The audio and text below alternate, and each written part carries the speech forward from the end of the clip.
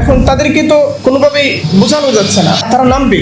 শেষে বললাম যে তাহলে এক কাজ করো, কলেজের ছেলেরা যেরকম পোশাক পরে এই পোশাকে নামো। তালিকার মধ্যে দেখলাম আমার চেনা মনে হচ্ছে একটা ছেলে শহীদ হয়েছে, প্রায় 150 শতাধিক, যারা ভীষণভাবে গুলিবিদ্ধ হয়েছে।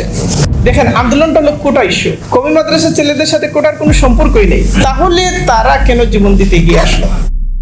কমি মাদ্রাসা কিংবা আলিয়া মাদ্রাসার ছাত্র শিক্ষকরা প্রাণ দিয়েছেন এবং তারা যে ভূমিকা রেখেছেন তার সমস্ত বিবরণ আসে নাই। ৭৭ জনের যে তালিকা, এটা অসম্পূর্ণ, শতাধিক অতিক্রম করবে।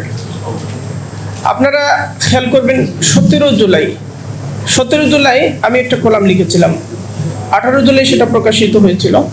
সেখানে বলেছিলাম যে তাওহীদের জনতাকে এগিয়ে আসতে হবে, দেশের সবাইকে, বিশেষ করে তাওহীদের জনতাকে। এবং সরকার পতন হবে, সরকার পালাবে, এগুলো কিন্তু ওই কলামে ছিল।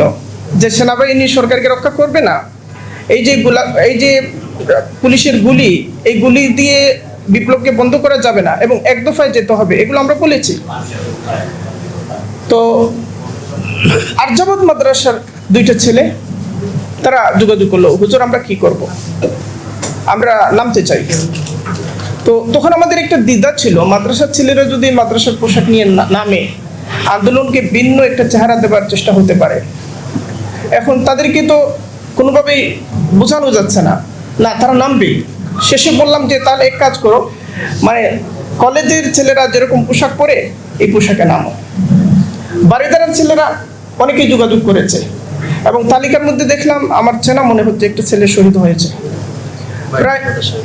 প্রায় 150 শতাধিক, যারা ভীষণভাবে গুলিবিদ্ধ হয়েছে। তো এদের যে আত্মত্যাগ, এই আত্মত্যাগগুলো কেন? দেখেন, আন্দোলনটা হলো কোটা ইস্যু, কমি মাদ্রাসার ছেলেদের সাথে কোটার কোনো সম্পর্কই নেই। সরকারি প্রতিষ্ঠানসমূহে চাকরি প্রাপ্তির কোনো সম্ভাবনা নেই, তারা সেটা প্রত্যাশাও করছে না। তাহলে তারা কেন জীবন দিতে এগিয়ে আসলো? তারা জীবন দিতে এগিয়ে এসেছে একটা নতুন বাংলাদেশ তারা দেখতে চায়। তারা জীবন দিতে এগিয়ে এসেছে, তারা একটা স্বাধীন রাষ্ট্র তারা দেখতে চায়, যেখানে ভারতের আধিপত্য থাকবে না, আমেরিকার দাদাগিরি থাকবে না।